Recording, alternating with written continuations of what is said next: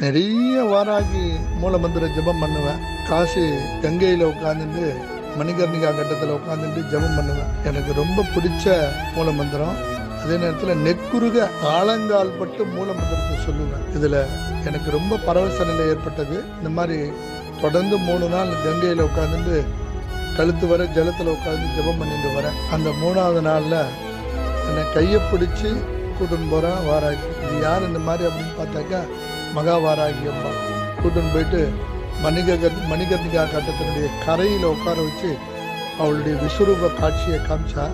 பரவச நிலை அடைஞ்ச என்னுடைய ஜென்மாந்திர பாக்கியம், என்னுடைய நான் முன் செய்த புண்ணியம், அந்த அம்பாள் காட்சி அதிசயமான வடிவுடையான்னு சொல்லிட்டு அந்த காட்சி.